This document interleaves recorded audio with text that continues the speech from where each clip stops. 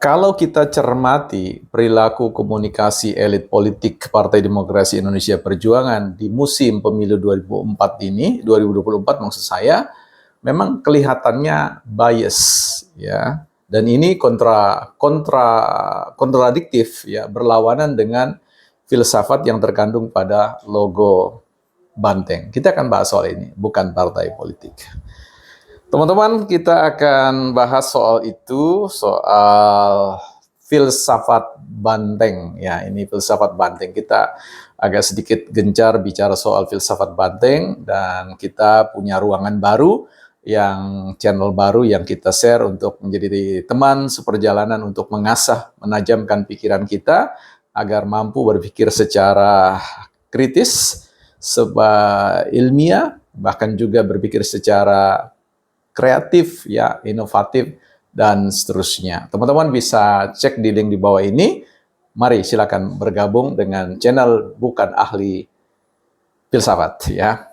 Nah, buku kita kali ini kecil ya, yaitu Oxford Learner Pocket Dictionary ya. Ini punya kenangan khusus buat saya dalam sebuah perjalanan pertumbuhan cara berpikir dan seterusnya. Ada satu ungkapan yang mengatakan, "Be dictionary man," jadilah manusia kamus. Artinya prinsip ini, peribahasa ini adalah mau mengatakan bahwa ketika kita berbicara tentang filsafat, ya tentu ada yang namanya filsafat bahasa, filsafat komunikasi. Kecakapan di dalam berkomunikasi atau berkata-kata, berbahasa, itu selalu didasari ada pada satu kecakapan di dalam memahami sebuah kata dalam konteks makna ruang lingkupnya. Bagaimana makna itu kemudian menjelaskan segala sesuatu secara clearly atau easy to understand, mudah untuk dimengerti. Ya. Ini satu prinsip dalam komunikasi, sehingga ada pakar komunikasi yang mengatakan make your communication simple, simple, and simple. Ya. Jadi buatlah komunikasi Anda sederhana, sederhana, dan sederhana. Dan kesederhanaan itu dari soal tangkapan tentang makna. Jadi biasakanlah open your dictionary every day. Ya, bukalah selalu kamus Anda setiap hari dan coba jernihkan pemahaman-pemahaman yang selama ini mungkin agak kabur kita pahami. Baik, tentu kita seringkali slip ya, artinya tergelincir dengan mudah mengatakan segala sesuatu tanpa basis pemahaman yang jernih ya. Baik, teman-teman, kita bicara tentang filsafat ya. Filsafat tentu bicara tentang filsafat banteng.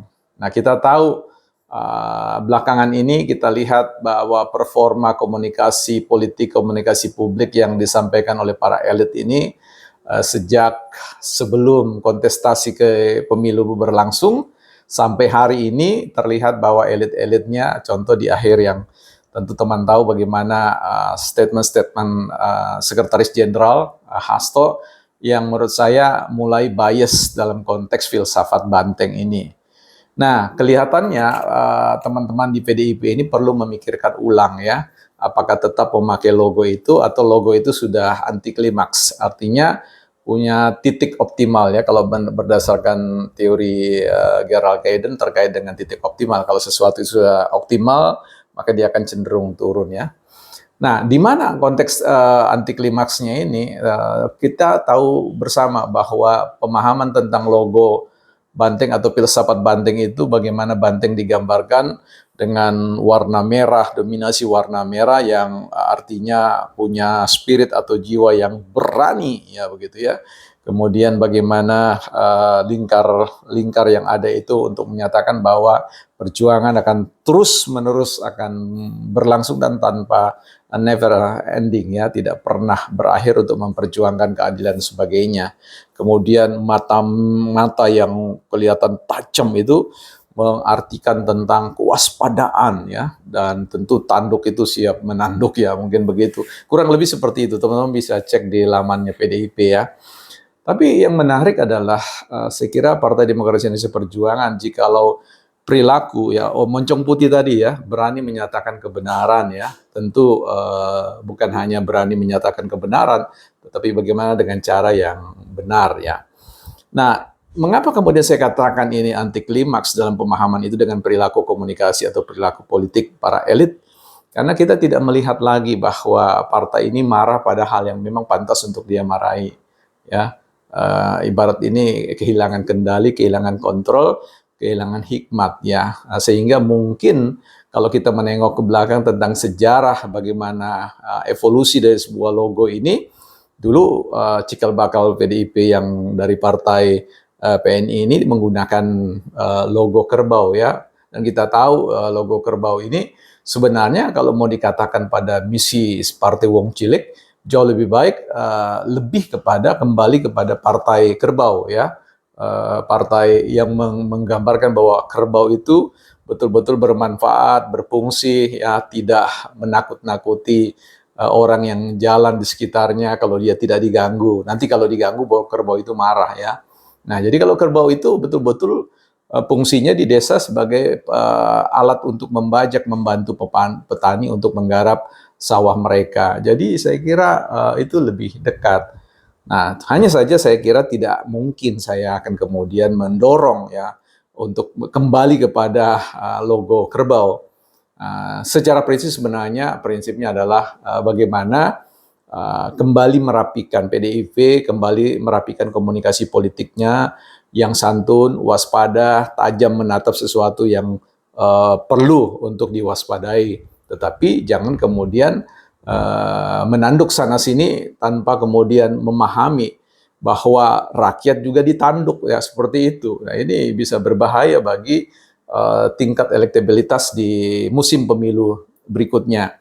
Karena sekali lagi kita mau mengatakan bahwa pepatah timur itu mengatakan bahwa orang yang marah itu marah pada sesuatu yang tidak jelas atau dalam konteks jelas tetapi benar menurut anggapan sendiri, tetapi menurut anggapan orang kebanyakan juga itu tidak benar, itu jadi persoalan. Ya, bahkan orang yang marah itu, organisasi yang marah secara serampangan itu menunjukkan gejala tanda-tanda akan mengalami keroboh, temboknya roboh, artinya perlindungannya roboh. Itu berarti akan ada terjadi pergeseran. Hari ini mungkin PDIP bisa hat-trick ya, tetapi hat-tricknya itu jangan bereforia, karena hat-tricknya itu karena masih konstituen itu masih setengah hati, masih mau memilih. Tetapi kalau terus-menerus ya menyerang dalam konteks setengah hatinya yang diberikan kepada Jokowi, itu nanti bisa jadi suatu waktu in time PDIP akan mengalami roboh temboknya ya. Jadi ini penting buat men-redefine ya, mendefinisikan kembali tentang filsafat bantengnya itu. Kalau ingin masih menggunakan logo seperti itu ya, sebaiknya memang mulai menata kembali komunikasi politik yang tentu jangan bertentangan dengan apa yang menjadi sebuah tradisi, kearifan timur kita, ketimuran kita tentang kesopanan di dalam bernalar, berargumentasi di ruang-ruang publik.